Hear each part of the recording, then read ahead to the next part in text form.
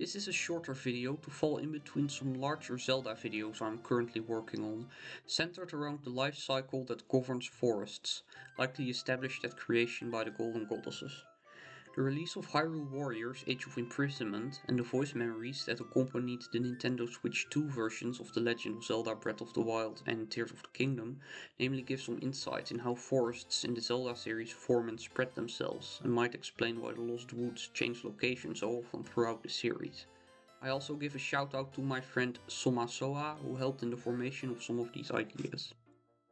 In Ocarina of Time, the Great Deku Tree and the Kokiri he created were introduced. It is said Kokiri will die if they leave the forest, where the Deku Tree has its influence, and the Kokiri girl wonders if the tree created all the other life in the forest as well. The Deku Tree dies over the course of the game and is replaced by the Deku Sprout, who retains his memories after the evil plaguing the forest is defeated. The Wind Waker would expand on these concepts, with the Deku Sprout seemingly appearing as an all-grow-up Deku Tree in its own right in this game. The human-like Kokiri also appear as Koroks, small tree-like beings, a form they took once they left the forest and came to live on the Great Sea. We also see the Deku Tree produce seeds that grow into forest trees with faces, with the seeds themselves resembling Deku nuts from Ocarina of Time and Majora's Mask. The function of the forest trees is to be the start of new forests, which eventually should expand the islands of the Great Sea so they can form one big continent again. The forest trees may represent a later stage in the Deku Tree's life cycle than the Deku Sprout from Ocarina of Time, with the Koroks being responsible for spreading Deku nuts around. Tears of the Kingdom further expands on the relationship between Deku Trees and Koroks by specifying the Deku Tree in that game is considered a Korok, according to his in-game profile.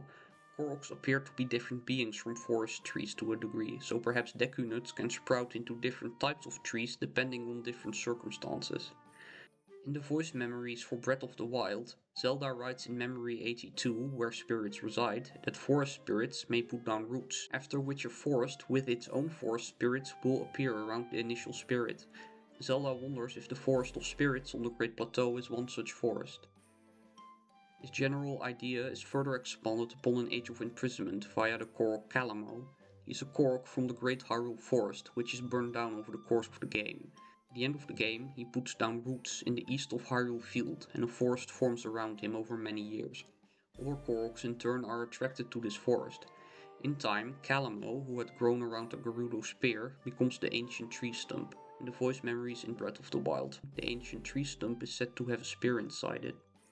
The forest around Kalamo is long gone by Breath of the Wild, however. The ancient tree stump appears to be one of the oldest trees in Hyrule by Breath of the Wild, but it is noted in the voice memories, and it can also be seen that many similar large trees exist or used to exist all around Hyrule.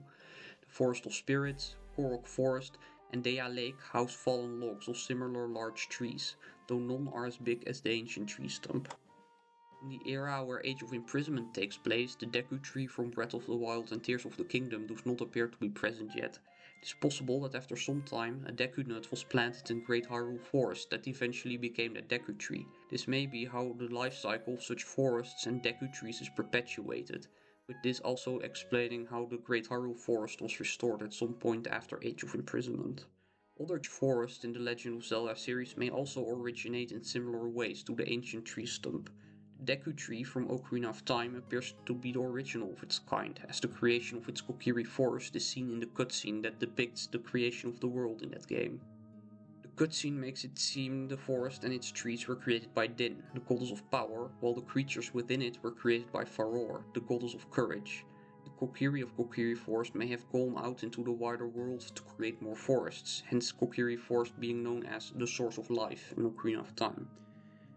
This may explain why the location of the Lost Woods and the Great Deku Tree keeps changing throughout the series. It is a new forest and a new tree every time, changing location due to a forest tree being planted in a different location. The memories of the forest trees are preserved as shown in Ocarina of Time, explaining why the Deku Tree in Breath of the Wild, for example, knows about the origins of the Master Sword. And, due to the time span between games, old forests and forest trees eventually wither away. The lands of Labrynna and Hollow have their own guardians called Maku trees, which may be forest trees like the various Deku trees. The Maku tree in Labrynna even used to resemble the Deku Sprout in the distant past of Oracle of Ages. The Great Tree from Skyward Sword and the trees that house the Forest Temple of Twilight Princess, as well as the surrounding large trees, may on the other hand have originated as Koroks. The Forest Temple in Twilight Princess even houses the symbol of the Kokiri. Its function appears to be to protect a part of the fused shadow, so perhaps multiple Koroks put down roots in that location to protect the wider world from its evil. When it comes to forest demons, Deku Babas are a common sight, first appearing in Ocarina of Time. They are often found in forested areas and are fairly standard as far as video game enemies go, but there may be more to them in the form of their relation to other forest creatures. According to the Japanese magazine Nintendo Dream, Deku Babas are originally nuts of the Great Deku Tree that became carnivorous plants after feeding on evil in the soil.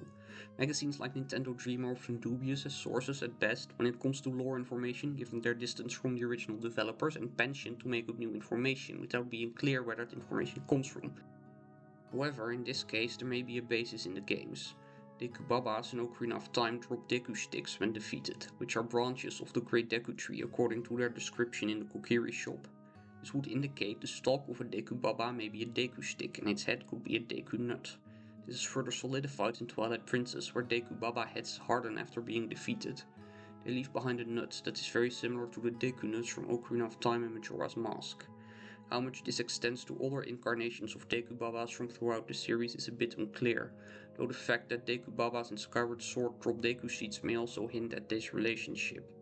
Deku seeds in Skyward Sword do look similar to Deku nuts, though their exact relationship isn't specified. Perhaps they are an earlier stage of development for Deku nuts.